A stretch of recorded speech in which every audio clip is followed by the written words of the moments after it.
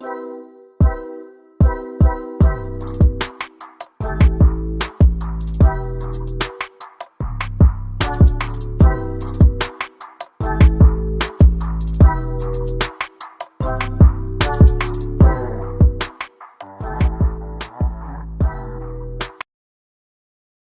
up, guys? Welcome back to the Under 1,000 podcast. My name's Gershon. This is GP Snakes. So this is a podcast where I bring on another reptile enthusiast, breeder, hobbyist, and talk to them a little bit, get to know them a little bit, do a little bit of networking, and also help me get out of my shell and communicate within the community, and also kind of reach out into the community a little more, make myself a little more known in the community and be more involved in the community. I said community a lot. That's weird. I'm going to stop saying.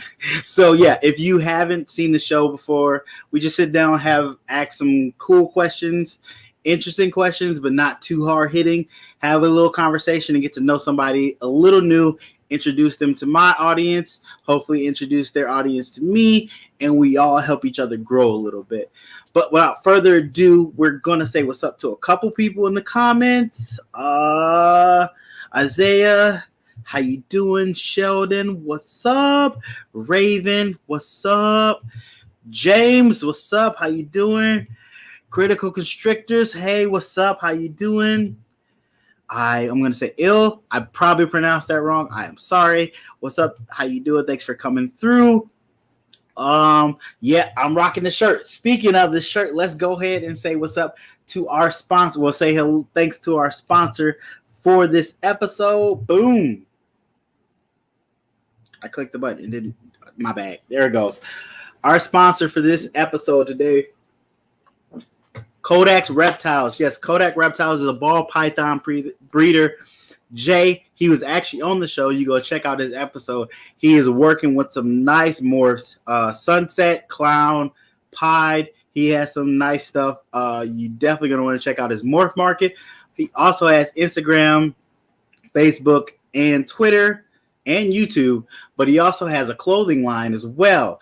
So he just got some new items in his clothing line. So go check it out. This is a promo code where you get free shipping on whatever you buy. I also have one of his shirts. Bam, see it? Let's stand up and let's see it. Boom. I like the shirt. It's very soft, very comfortable. I'm liking it. Appreciate Jay for being a sponsor of the episode. Go check out all his links are in the description down below. Get yourself a shirt, a hoodie. I think he got leggings too. Go check it out. He's got some new designs up too. It's really cool. Thanks, Jay, for sponsoring this episode. Greatly appreciate it. Thanks for watching. First time, appreciate you checking us out first time. Lone Wolf Reptiles, what's up? LKB Pythons, what's up? Thanks for coming through. Wiz Constrictors, what's up? Thanks for coming through. Zarts. All right, I'm gonna call you Zarts. I forgot what I was doing. I said, what I mean. So as you can see, this is live, so I'm going to mess up. So since we've introduced our sponsor for this episode, let's go ahead and meet our guest for this episode. 1 second. Boom.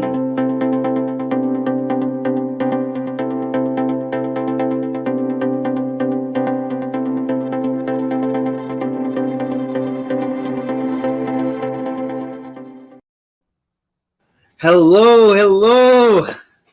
What's up, everybody? How you doing? So go ahead and introduce yourself to the people and let them know what animals or reptiles you have. My name is Mark from 403 Fauna.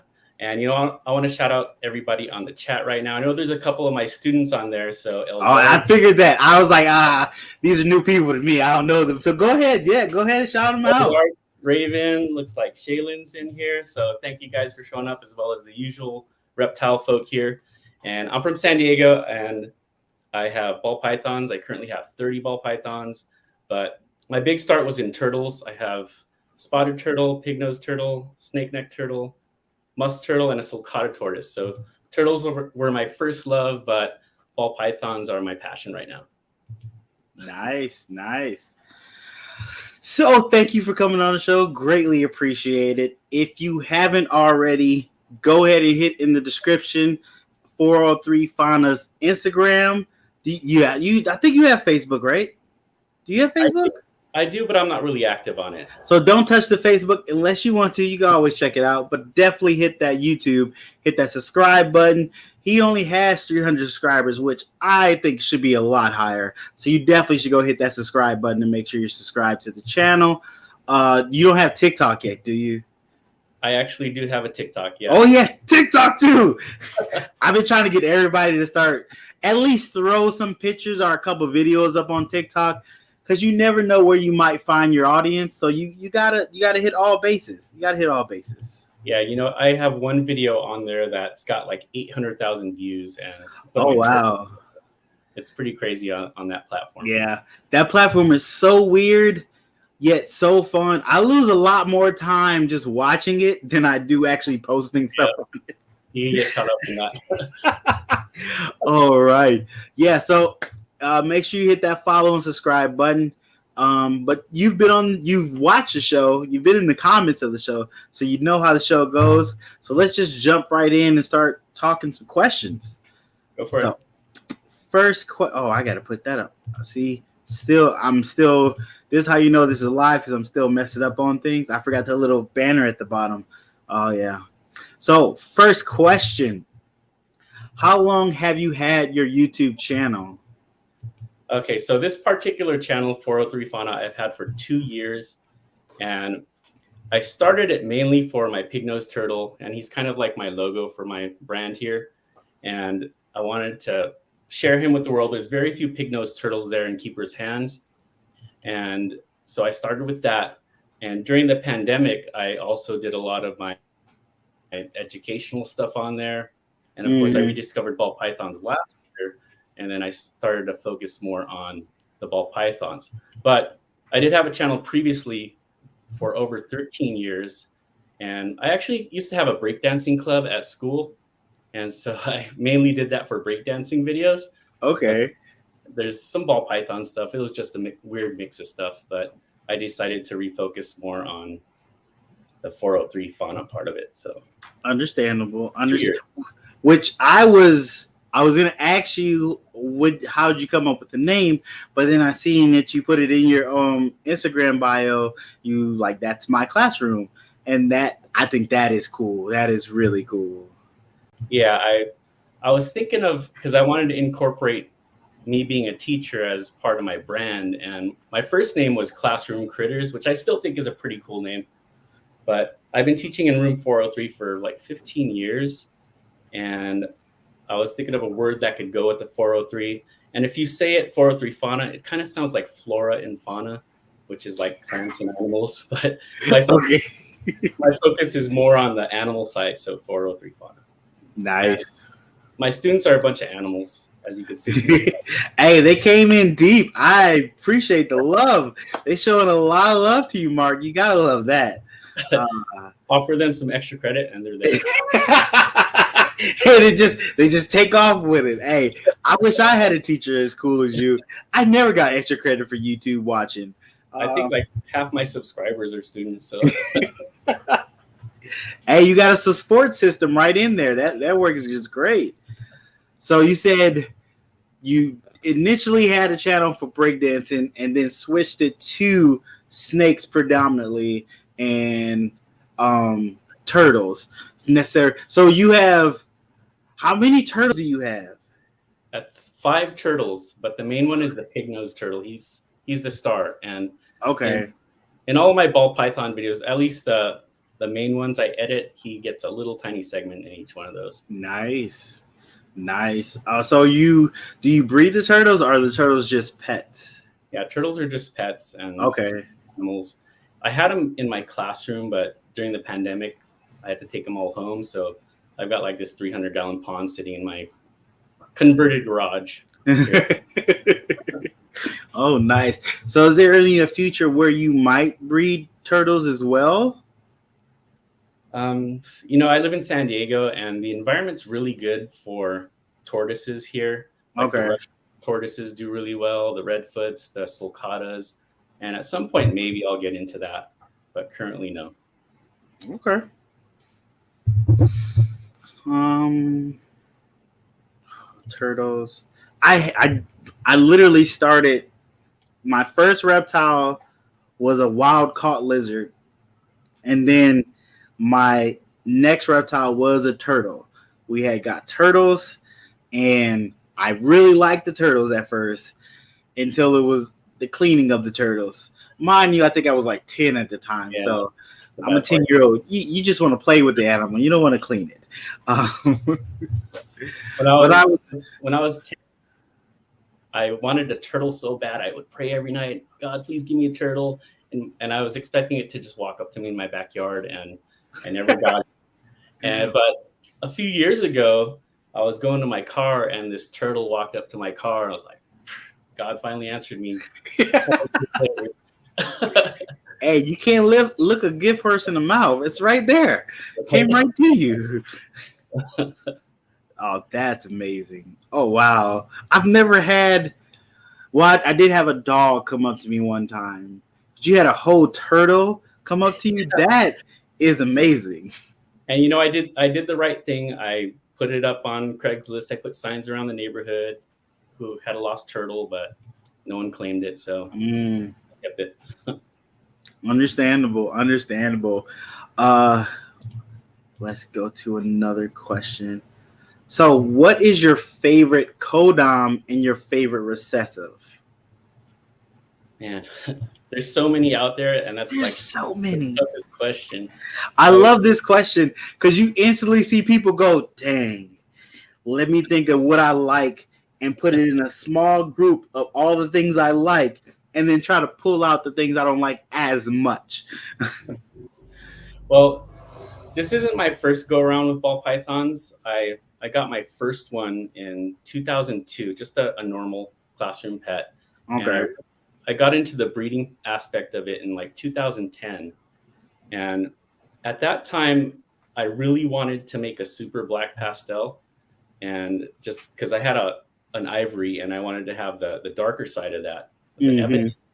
And I actually achieved it. But when I moved into this house, I had to move the eggs. And I moved in this house during a heat wave. And I lost 2 clutches that year, and they were close to term. So I decided to cut them. I cut them open, and I had my super black pastel in there, and there was no issues with it, no kinks, no messed up face. And so I still want to achieve that super black pastel. I know it's kind of looked down upon because there are issues with the morph. Yeah. So I really like the dark morphs, the leopards, the GHIs, but I got to go back to that black pastel and just something simple, something that's all around. And it goes with the other morphs too. Yeah, I understand that. Like, that was your kind of dream to make. And when you want to make it, you don't want to just buy it. You want to make it. You want to produce it. You want to put that time in to make that animal. And then when you do, it's hard to lose it. So it is, I've had that a couple times throughout the years breeding, but it does just give you that resilience to keep going, to keep pushing through. I know you've had your albino clown, right? That came out with some issues. And the first one I ever produced never made it out the egg. It died in the egg. So that sucked. And then this year I produced 3 of them, but 2 of them didn't have eyes. One had eyes, one had no eyes, and one had a cleft lip. But those 2 died in the egg. The one that did make it out only has 1 eye, but he's a beast. He eats every time, no hesitation. So I'm still happy with that. I finally made one. He will be here for quite a while. But I'm going to keep going with the project, too, because I like what the project does, and I want to mix in other codoms into it, too. So, yeah. You brought up a good point with wanting to make your own. I mean, I could go to Morph Market and pick up a super black pastel for a relatively cheap price now, but I got to make it on my own. I know exactly. Because of those issues, I want to explore that and maybe find a way to not have those issues. I know the line that I have, I bought in 2010, the ENG line from Outback, supposedly those black pastels did not have any issues with the snoopers. And I read about, lower temperatures during incubation and stuff like that. So I don't know if I should pursue that, but I got to try at least once. And I think yeah. I know there's so many different tricks people are talking about doing to try to get away from those kinks and the cleft lipping. I'm all for it if it can be done possible. If it get done right, you can still get a healthy animal. You have to just take a little different approach of incubating them. Touche, let's do it. That's what this hobby is about, learning how to make sure you can produce the best and healthiest animals. Some people still upset with the spider gene because of its genetic issue, but not every spider has that terrible of an issue where it can't eat. It does happen, but that's a part of life as well. Right. But, you got to be a responsible breeder and try to do the best for your animals at the same token. So you got to balance those two things, unfortunately. Sometimes people don't like the way you balance it, so they get mad at you. Yeah. Okay, so my favorite recessive. Oh, yeah, I totally forgot that's what we were talking about. I was just starting to have a conversation with you. We were just talking at that point. I forgot to ask a question. Okay, let's get back to it. Favorite recessive. Well, actually, before we get to that, when I got back in, so in 2004 or 2014-15, I was having issues in my life and I had to give up my collection. And in 2020, I got back. But at that time, GHI and leopard were really starting to get hot, and those were the morphs I wanted to get the most. And, last year when I got back in, I had to get GHI and leopard, and I managed to get them in one combo, a GHI, leopard, Mojave pastel, het axanthic, 50% het pied. And so GHI, all the dark morphs, I am really into them. The recessives, VPI axanthic, again, the dark morphs. Mm-hmm. G-stripe, clown, but by far Desert Ghost is my favorite recessive. Unfortunately, I only have one, a male in my collection, and I work from there. And maybe next year pick up a powerhouse male to go with the projects. Okay. Yeah, Desert Ghost just shot up in popularity and price. So if you didn't get in it in the beginning, you're definitely behind the ball on getting one. You almost can't find a female visual Desert Ghost anywhere.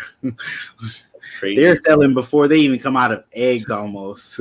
I remember before the craze of the pandemic, I had saved this Desert Ghost female on Morph Market for, I think it was $400 for just a normal Desert Ghost female. And, I just slept too long on it and bam, it's gone. And I keep thinking back on that because now what's a normal Desert Ghost female going for? 1,000, 1,200 or 1,000, close to 1,200. Yeah.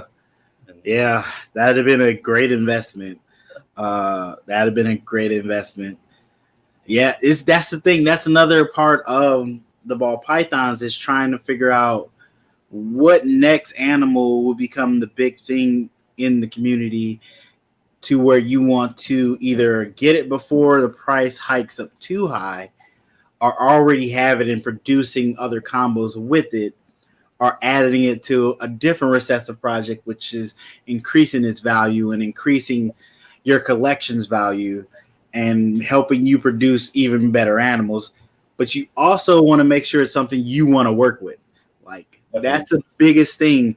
A lot of people tend to try to just chase other projects, and they have a lot of animals they don't necessarily like, but they know people want them. That is a way to go, but it does help to have something you like every time you open a tub and want to clean it. Yeah. I think one of the things when you first start out is you want everything, and you tend to buy a ton of morphs. And I'm having that problem right now. And right now I'm thinking back to what I bought. It was like, you know what, I could have spent my money here and my projects would have been more focused. And now I got a better focus on where I want to go. And, I think every ball python owner goes through that, right? They maybe buy too many males or buy morphs that really don't go well with each other. But I believe I'm really now. Want to say what's up to Grays and Kai out there and everybody who's in the chat. Yeah, what's up, Kai? What's up, Gray? Thanks for coming through. Pike pack pythons. There's so many P's. Pike line pythons. Yeah, that's another thing. There's so many different morphs that you can lose yourself and have so many different projects, and your focus would be so divided. It definitely takes time and patience to actually focus on a certain project and kind of stay within that. It's very difficult. Yeah, Sentinel paint, man, that's a big jump there. I think Justin put out a video on that, and boom, the prices went crazy. Yeah, I was gonna get a paint maybe a year ago, and I was like, I still don't see what it can do. But maybe I should just get it just to have, because it's a recessive, I believe. I believe paint is a recessive. So I was like, well, it's a recessive, so it should hold its value for a little bit longer. It's a little harder to make. But I was like, I'm gonna just sit on it. And now they're starting to go through the roof again. That's crazy. It's so hard to figure out the market and figure out the best steps to go, to where sometimes it's just best to do what you plan to do and stick with that. Because if you keep trying to plan for the future or try to figure out what the future is going to be, you're almost always going to be wrong. I mean, unfortunately. I think as long as you got some visual recessive females in your rack, you'll be good. No That's the key. Visual recessive. That's what you want to always stay focused on. Yeah, Gray's focused on Hurricane, which I think is a very good move. I got a Hurricane from Gray's, and yeah, I've got big plans for her. Nice. I think I'm going to do her, but we'll see. Nice. I had to text my wife to tell her to get the dogs because they're about to bark up a storm. So you said Desert Ghost was the recessive. What was the codom? Your favorite codom? Black Pastel. Yeah. Which is super nice in albino and lavender albino. Yeah. Get the contrast going. That's my next goal, is to get a Black Pastel and get that into my albino project. That is the goal. Did you see I think it was Justin who posted a triple visual recessive today. It was the Azanthic Desert. Oh, I saw that. That's amazing. Oh, that was amazing. I was like, oh my goodness, I don't even know what I'm looking at. It's so amazing. I wasn't expecting to see that day either, because I didn't know he had that. But yeah, that is an amazing project. Oh, wow. Yeah, Desert Ghost and Azanthic, for all of you guys working on that out there, kudos to you for getting started on that, because that's a crazy project. Yeah, that's what I want to put Desert Ghost into albino, and people are like, why are you doing that? I'm like, well, first of all, when they put Desert Ghost into hypo, they didn't realize it was going to be what it is. So you never know what's going to be until you do it. So you might as well do it and see if it's something. If it's not, then hey, I did it. It's not something, I move on. But if it's something that makes something amazing, I'm already on step one of it. And now other people are catching up to it. So, man, if you think about that, the Desert Ghost really intensifies the black. Albino doesn't have black, so maybe it intensifies the white more. Exactly. A little more. You get way more contrast and mix other morphs in there. So, yeah, definitely trying to see what it does. I am very interested to see what it does, to be honest. And hopefully I can get my Desert Ghost boy to start breeding this season. He's up to size. He's old enough. He's just got to get into the groove of it or something. He's a virgin male, so, there's sometimes hard. Yeah. There's sometimes hard to get going, unfortunately. I'm living here in San Diego, and I've been trying those males, and they haven't been getting the job done. But I've been looking at the weather, and next week we have 2 days of rain, so I'm targeting that day for those boys to hopefully figure it out. So fingers crossed on that. Nice. Do you do a temperature drop during breeding season? I don't even have heating in my house, so my house just naturally drops. Okay. I just go with that. Oh, nice. Okay. So you let nature do what it's already doing. Makes sense. So let's go ahead and hit another question. What camera do you use to record your YouTube videos? So I use my iPhone 8 Plus. Yeah. Yeah. I just ordered the 13 Pro Max. So oh, really? Okay. I'm looking to making videos with the cinematic mode and stuff like that. But nice. The cameras on the phones, they work really well. And with Apple, they got their iMovie directly on there. So just shoot it and edit it and upload, you're done. Nice. Yeah. I mean, it works. It's just as good as a camera. I do everything on my phone. I was doing the podcast a couple times on my phone. You could upload, edit all of it on my phone. So why not do it? And it still looks good. And I save that money to buy more snakes instead of buying a very expensive camera. But I'm not knocking expensive cameras. If you want a camera and you want to go that route, that's okay too. Do what makes you happy and what helps you produce what you're trying to produce. But for me, the phone works just fine. On a previous podcast, Will Morose, he mentioned let the snakes buy the racks, So let the snakes buy your equipment. So true. Start getting into selling, and hopefully I could bump up my equipment on both the racks and everything else. Yes, that is what I'm trying to do now. I put my initial investment in.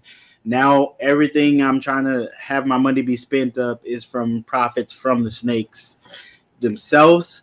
That's the plan. It would make my wife happy. It would make me happy. So that's the plan I'm trying to do. I was looking on your morph market and I saw a female albino het clown, but it was on hold. Am I remembering it correctly? And yeah, I think that one.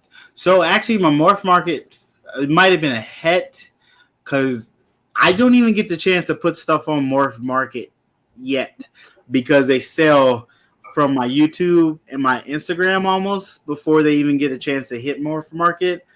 I try not to put anything on morph market until it's had all its meals and it's ready to go. So if somebody contacts me, it can go right then and there. I thought that's what the policy of morph market was. So that's why I'm trying to follow that. But usually my animals sell from my YouTube channel, because people are like, they see it and they're like, hey, I want that. And I'll be like, okay, give me at least 2 meals. Once they eat 2 meals, you can put down a deposit. But let me get 2 meals in them so I know they're good, and then we can move forward, which is a great thing to have, like great problem to have, that my stuff doesn't really touch morph market. Like my first 3 clutches sold almost before they even had their first meals. I just had to wait till they got meals and then took the deposits. But most of my stuff is already spoken for before they're even out the egg good, which that's a positive thing. That means I'm doing something correct because people see the animals. But anything on my morph market, I probably need to update my morph market, honestly. Whatever's on there is probably already sold. On my first clutch that I posted on YouTube, I had questions asking, is that available? So I could see where you're coming from. And I know Miguel makes the majority of his sales on his YouTube as well. So that's one of the reasons why I keep telling people to do YouTube.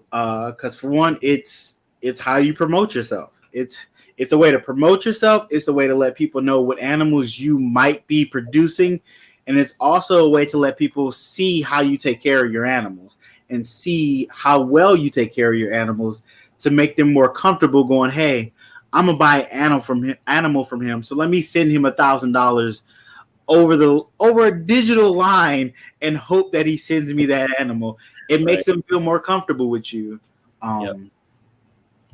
So guys in the chat, man, make a YouTube if you don't have one yet. Yeah, I'm always pushing for YouTubes. I actually was gonna start another podcast on where I was trying to get people to do their first video, and I would introduce them to my audience so they at least have some kind of a little bit of a built-in audience to go look at their first video.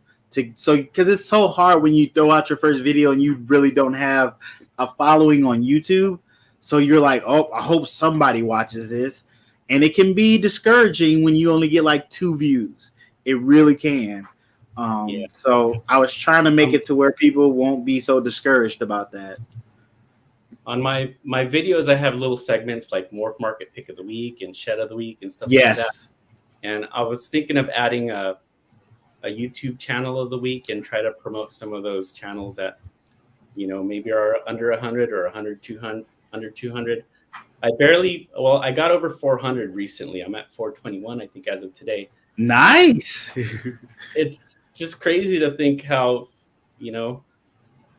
just a few months ago, I was under 200. And since I've started doing things consistently, I've gained 200 followers just like that. Yeah. When you start getting consistent and people put you on their schedule because they know you're going to have a video, they are more inclined to watch and share your stuff because they know you're going to be consistent. They know you're going to be there.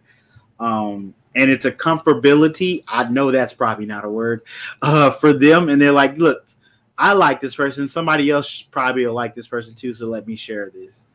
And you got to tell people to share. For some reason, I learned that I hate doing it. Be like, hey, share the video, like the video.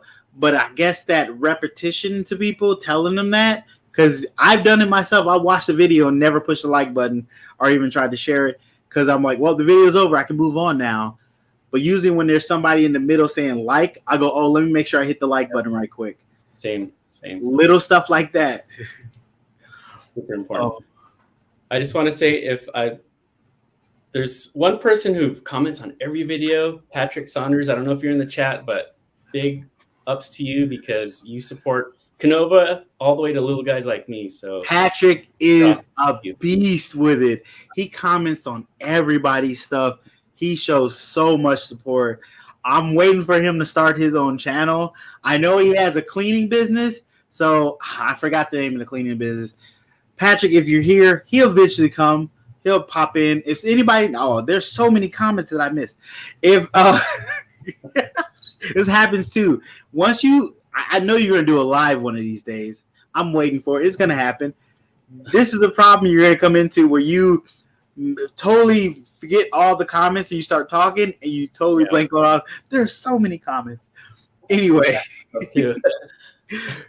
if you know Patrick's business, cleaning business, put it in the comments.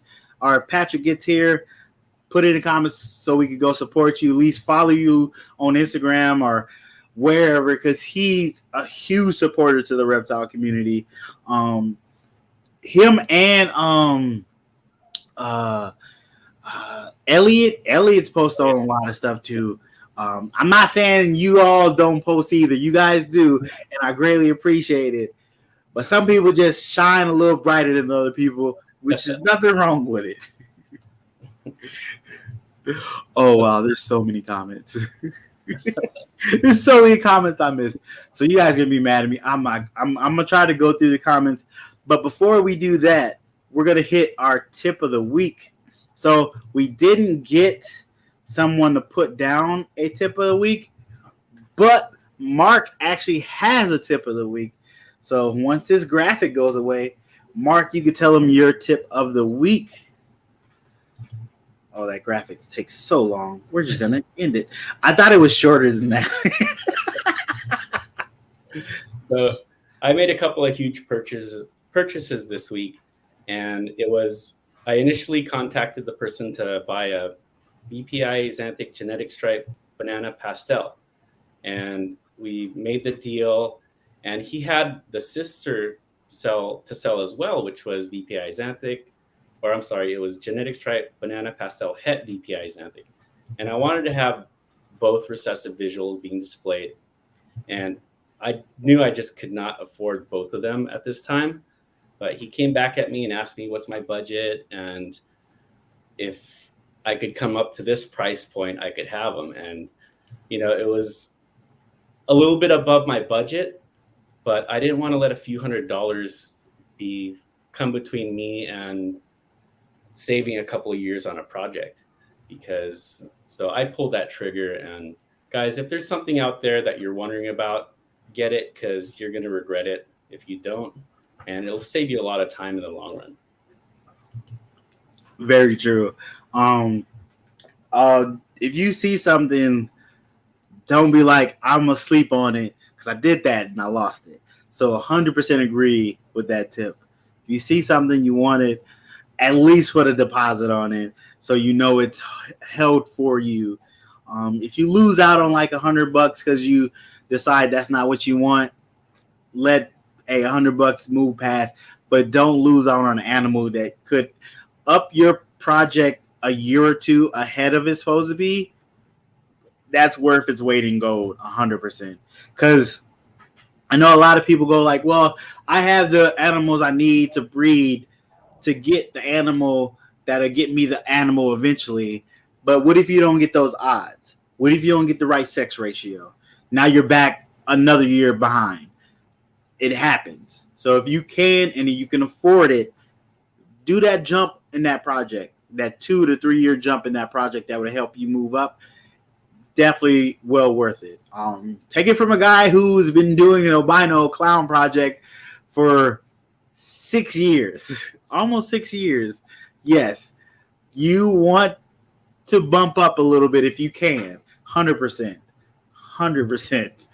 Whoo, 100%. Another tip kind of related to that is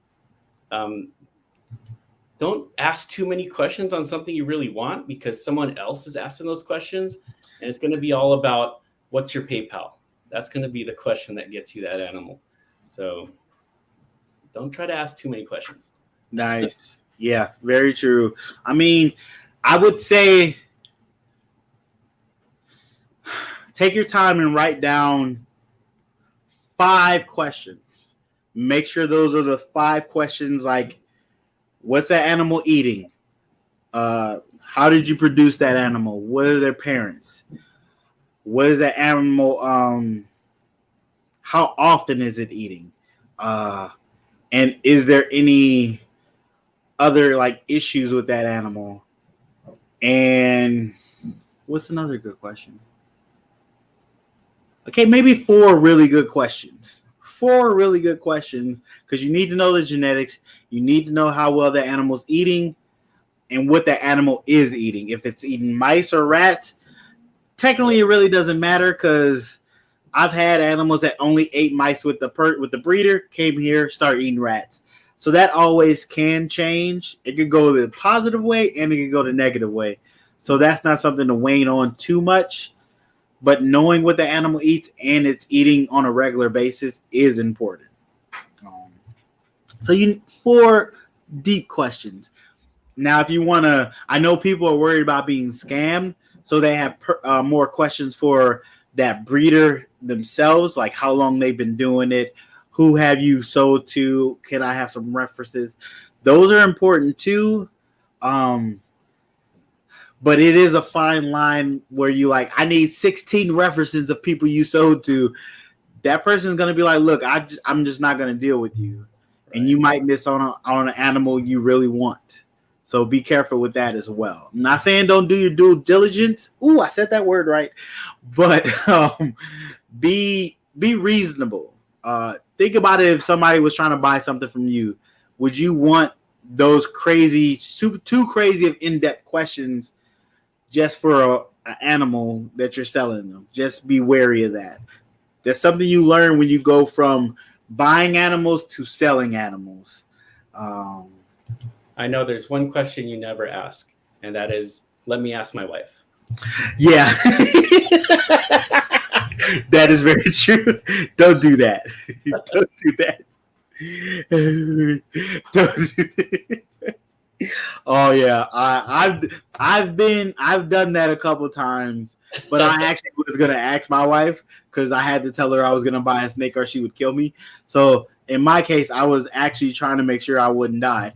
But usually, people just tell people like, I'd rather you tell me like, oh, thanks for the information, but I think I'm gonna pass. I'd rather you tell me you're passing on the animal instead of leave me in limbo, see if you're coming back to buy it. I'd rather you just say you passed. There's so many comments. Oh wow, there's so many comments. Oh, we're gonna catch up on comments. But we're gonna go ask another question. Which this question I'm really interested in about this one. Do you breed or do you buy your snake food? Now, I currently do both. When I first started, I was buying. Of course, you have a small collection, and you could buy no problem. But as my collection grew, I started breeding. And then at some point, my rats weren't keeping up. So I did do a major purchase of frozen rats from Lane Labs. And I bought 100, and I still got some of those in my freezer. But mainly, I do breed my own. And I'm super excited because this weekend I am putting up a shed in my backyard so I could put my rats back there and hopefully production for that. But I prefer to feed frozen because dealing with live it's just, if they don't eat it, sometimes they'll get out or something like that. But I do breed my own, and it's tough work. It's more work than the snakes. It is. That's the only thing. I'm trying to do my best to stay away from breeding my own rats because it is so much work. Rats you have to be really on top of, especially since if you mess up, they will become cannibals and start eating each other. And that can just decimate your breeding colonies. And then you also have to worry about them actually breeding. You can mess up on a temperature just slightly, and that'll reduce their breeding. And now you're back to buying rats because you have to feed your snakes. So yeah, the worst thing is I have an automatic watering system, and there's been a couple of flooded tubs I've had to deal with, and that is not fun. Yeah, we still haven't figured out a definite way to not have flooded tubs. You try your best. You try to have little holes at the bottom so water will leak out, but then you can't have too big of a hole because the rat will find it and chew out. And They're a lot of work. It is a challenge. I see you. 100%. That's pretty cool. I watch your feeding videos. I try. Thank you. Appreciate that. I try to stay on frozen as much as possible, just in case. I mean, if I ever do breed my rats, I probably will still stay frozen. I would just freeze stuff, which would make more work. But I'm thinking of if I ever breed and then I stop breeding, I would have to go back to buying. It's a lot more financially stable for me to buy in bulk and have frozen than to have to buy 200 to 300 live rats a week. So it's just the way I thought about it, which that's something you really have to think about when you start getting above 10 to 15 animals and you're planning on breeding them. You're going to have a lot of mouths to feed, a lot. What was your best season as far as babies? How much mouths did you have to feed? Oh, that's a good question. I haven't gotten to that level yet, so I'm curious.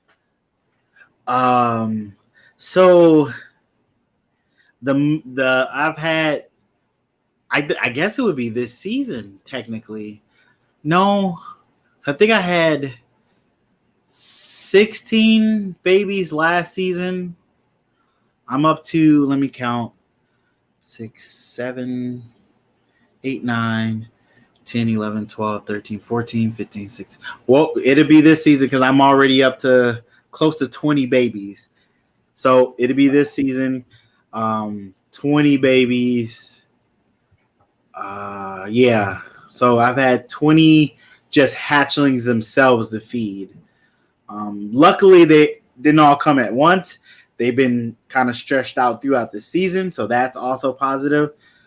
Hella heat morphs. That is another good question. If it's a breeder female, definitely a good question. Because they can retain sperm. That's something also you have to be worried about. See, so we're up to 5. I was right. 5 positive questions. But yeah, 20 has been my maximum babies having to be fed in a year. So, and I'm starting to wonder. I always wanted to have like 50 breeder females and just breed them and have their clutches, try to have 40 clutches. But then I thought 40 clutches with an average of 5 to 8 babies in those clutches, that's a lot of animals. And it's just me doing it. So that might get overwhelming. So I had to take a step back and think about what I was planning to do, what realistically I can do. It's all about learning your limits too, right? I mean, yeah, I don't know what mine is yet, so we'll see. True. That's part of the game, is to learn those limits before you get overwhelmed by those limits. Mm-hmm.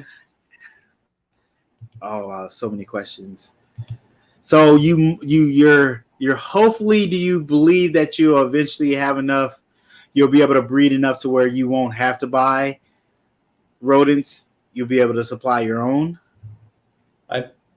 I really feel that having frozen on hand and breeding it's a really good method, because what I'll do is I'll just I'll thaw out maybe like enough food for 10 snakes, because not everybody's going to eat one. And then if I have a few left over, I could just go to another snake, and then everybody else I could do with the live. So it's a good balance, I think, using both. Yeah. I definitely think, I know some people do just live for time restraints. It's easier for them to feed live right quick.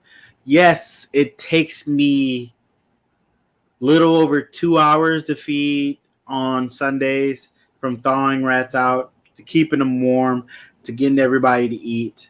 It takes me a little over 2 to an hour and a half to do, but that's also time I have with my animals, getting to check on my animals, make sure everybody's good.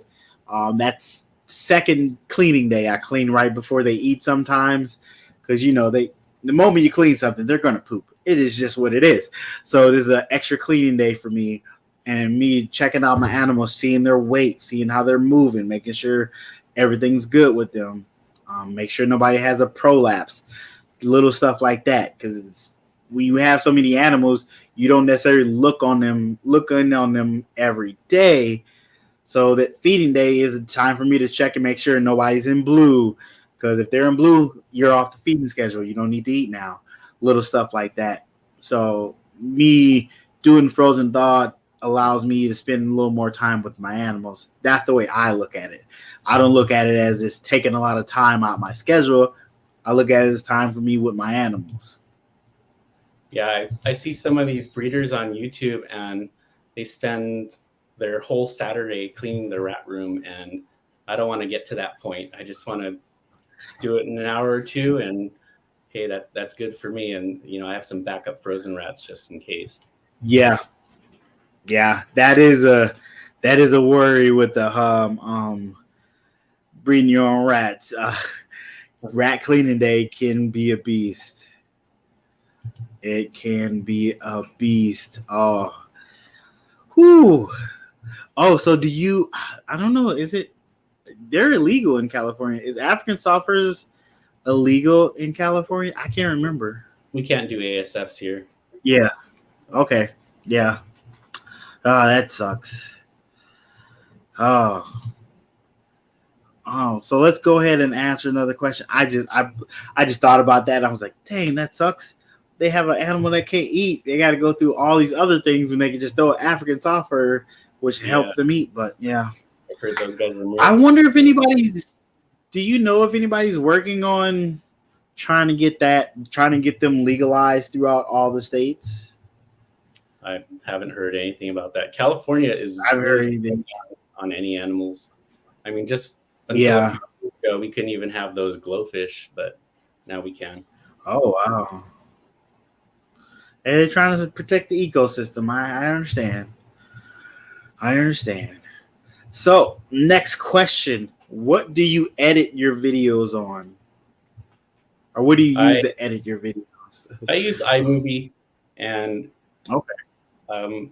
Usually I just do everything on my phone. I'll edit everything on my phone, but I did get a new laptop, and it's iMovie, but the iMovie on the laptop has more features than the one on the phone. So hopefully once I get my new iPhone in, things will be a little bit better on my channel. So do you have a schedule? You have a schedule for your videos, right? Yeah. Yeah, I have one on Wednesday. The Wednesday one is just a real quick video. I put up, speak for 10 minutes, show some snakes. And the weekend ones are the ones where I spend a little time editing. Okay. Yeah, that's another thing I tell people. Try to get a schedule. Try to get a routine. It helps. It makes you be more creative because you know you have to have a video by a certain date. So it makes you get more creative, thinking about ideas what to do, with your animal, a different way to present your animal, or a different idea to do in your video. So it does make you have to become creative, and it gets those juices flowing. But it also gives your subscribers something to look forward to. You tell them, like, I'm going to have a video Monday. Oh, well, I'm waiting for that video Monday. I'm excited for that video Monday. And that builds anticipation to make them come back and watch your channel. Just little stuff like that. It does help. I also want to increase the quality of like the environment of my videos. Like I just have this black desk that I don't think is really good for showing off my animals. Mm-hmm. So I'm just trying to keep an eye on other people's videos and see what they use as their background. And I've got an idea for something that I'll look into, and hopefully might have better quality on my backgrounds too. That's another thing. People kind of frown upon it, but look at other people's videos and see what they're doing. Don't necessarily steal what they're doing, but maybe adjust their idea to fit you. Like take what they have or the idea they use, but put your own spin on it to make it your own. Give it your own identity. So technically you're not stealing, you're homaging, I guess the word would be, if that's the word. Yeah. But you're making your own thing from it. You never know where you might find creativity. You might find it in somebody else's video. So don't blatantly take somebody's stuff. That's a different thing. But use them as inspiration to help you create something else. I'm saying a lot of weird words. I don't even know if that made sense. Was it on your podcast? I forgot who it was, and I feel bad about that. But there was a person who never shows his face on his videos, and then was it your podcast where he finally showed his face? So that was Top Moon Reptiles. Yes. So yes. Man, his videos are so good. If you watch them, beautifully edited, and he never shows his face. And guys, you don't have to show your face if you don't want to make YouTube videos. Look at Top Moon. Exactly. Really. I literally, he had messaged me a year ago. He was like, "Hey, I love your channel. I like what you're doing." He wanted to ask me some questions about YouTube. I was like, "Yeah, definitely start a channel. Definitely do it." He was like, "But I don't want to be on camera." I was like, "You don't have to be on camera. Show your animals. You could just show your animals and talk about them. Easy."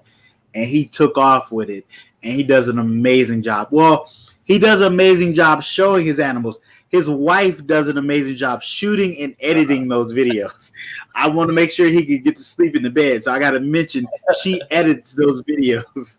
He just shoots them. She edits, and she's an amazing editor. Like, she's doing a great job. That's the secret. Yeah, but he's got a good channel, and it's growing. He's doing amazing stuff over there, and I was so happy that he decided to be on the show when I asked him to and agreed to it and decided to do a face reveal. That was amazing. It's very cool. It was very cool. Oh, so many questions. So many. Yeah. So, you're getting more of your students coming in. I love that. That's amazing.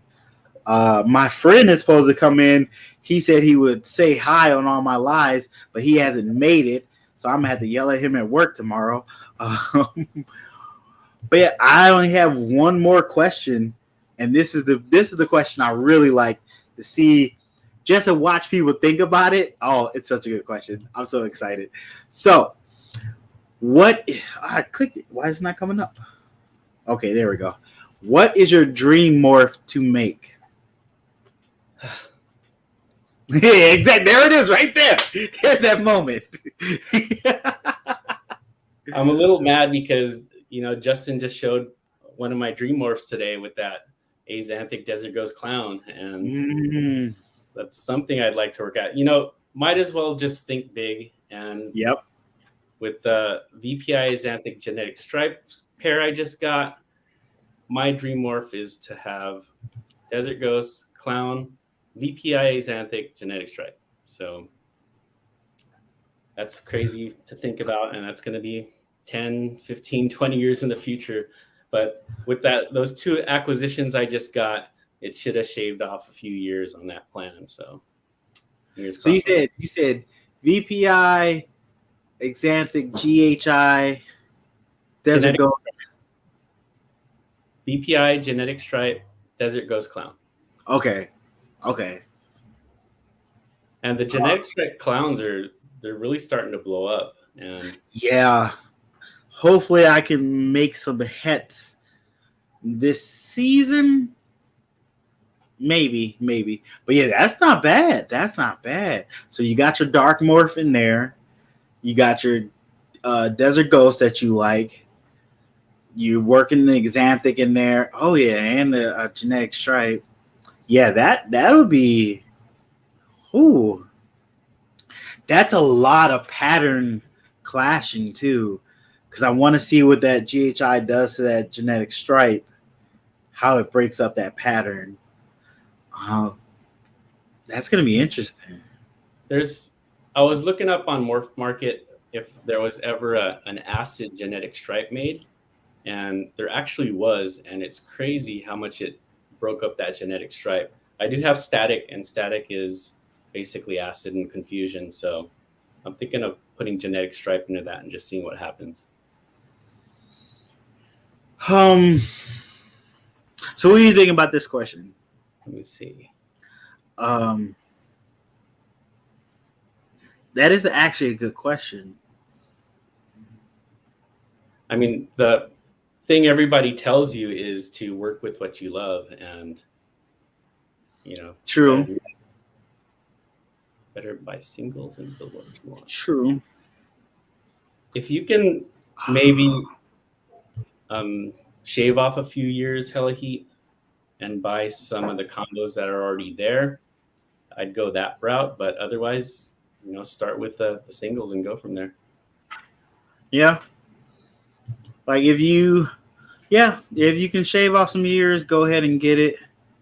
But if you okay with buying single gene of it and working the project, that's a great way to go too. But yeah, if it's a project that people are gonna hold on to, it might be hard to find. So you might have to buy a single gene and work up to it. If you think about like the popular morphs, like you could sell bells all day long, but is it fun hatching bells all over the place? So I say go with what you love. True. Very true. All right, so that's all my questions I have. If you guys have any questions, put them in the chat. Super Orange Dream, super. Whoa. That would be super nice. I'm not sure what a migraine is. Yeah.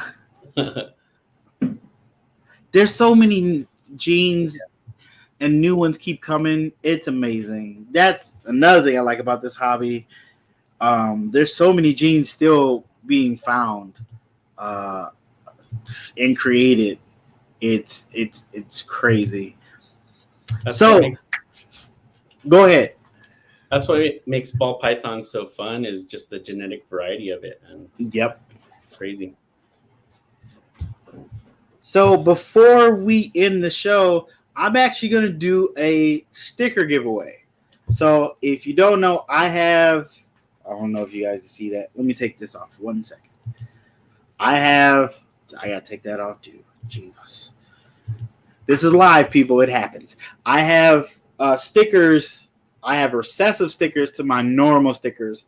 So these are the recessive ones, which you only can get when you buy that recessive animal from me, or you can buy the stickers themselves. So I'm going to do a sticker giveaway pack of these 3 stickers. You're going to get these 3 stickers and a regular GP Snakes sticker. The first person to answer what Mark's favorite codom and favorite recessive in the chat will win. So you got to get both of those answers in the chat. So we'll wait till you guys put those in the chat. We're trying to see how well you were listening. And if you're late to the stream, I'm sorry, you probably won't get the answer. But or you could technically you can't rewatch it because the stream's not over. So yeah, it helps to get here soon. So, you're not close. Not close at all. Going Xanthic. There we go. No, that's close. That's very close. That's very close. There it goes. Right there. That's the first one I see. So, Critical Constrictors, I will get these stickers to you. Appreciate it. He said I misspelled.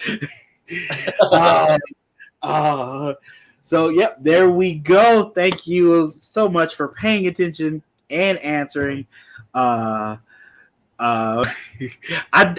might do this. I'm gonna do giveaways, not all the time, sometimes, just to keep things interesting. I don't want it to become like, oh, I'm going to go there just for a giveaway. Nope. Every so often we'll do this. And this was kind of a spur of the moment, and I thought it'd be kind of cool. But yeah, before we go, let's go ahead and say thanks to our sponsor for this episode. Boom. Yes, the sponsor of this episode, CODEX Reptiles. Go check them out on Instagram, TikTok, Facebook, and YouTube. They are a ball python breeder. This is Jay. He was actually on Under 1,000 Pods, so you go check his episode as well. Amazing animals. Go check out his morph market. He also has a clothing line. He's got merch. He just got a new, not a new line of merch, but new merch to put out. Go check that out. And if you use this promo code, you'll get free shipping on whatever you buy off the site. The information is in the description down below, so go click that. I'm also wearing a shirt. I got a cool shirt. Oh, you guys can't see it. I got a really cool shirt because he knows I love blue, so he sent me a blue one. So go check out his morph market, his Instagram, TikTok, Facebook, YouTube, and check out his merch line on the merch shop store and use that promo code. Get free shipping. Thanks again, Jay, for sponsoring this episode. Greatly appreciate it. Mark, thanks for coming on. Greatly appreciate it. Anything you want to promote? Any videos coming up you're excited about? Yeah, I check out my video this weekend on my 2 new acquisitions, the Pastel Banana Genetic Stripe VPI Xanthic. And Gershon, I want to thank you so much. You've had so many of my idols on your show, and to be a part of that for your year 1 and to see what you have in the future is just so awesome. I want to thank you so much. Guys in the chat, girls in the chat, thank you. Really appreciate it. Thank you. Appreciate that. I appreciate you coming on. Appreciate you saying yes. And appreciate you being who you are. Like, at first, I didn't know. I saw you in the chat, and I didn't realize you had a channel. And then I figured out you had a channel, and then I started just watching your channel. And you're an amazing dude. I love your content. You are very genuine, and you have a passion for these animals, and you can see it in your videos. I don't want that to ever die in you. Hopefully that always shines through and you keep doing amazing things. So if you haven't, go hit that follow button, that subscribe button on 403 Fauna. All the links are in the description. His YouTube, his Instagram, his TikTok is not on there, but I'm pretty sure if you go to his YouTube or his Instagram, you can find his TikTok. But definitely go hit it. Also, while you're down there, might as well hit that like button because apparently YouTube likes it when you hit the like button. So go ahead and do that too. Greatly appreciate it. Thanks everybody for coming through. Thank you in the comments. Appreciate all you guys. There's no video tomorrow, so I'll see you guys Thursday for a new video. Yeah, I think that's it. All right, guys. Thanks for showing up. And go check out Brian's show. It probably still on. We do the show at the same time now. So if you're not here, go switch over to Brian's what is it? Snakeatorium.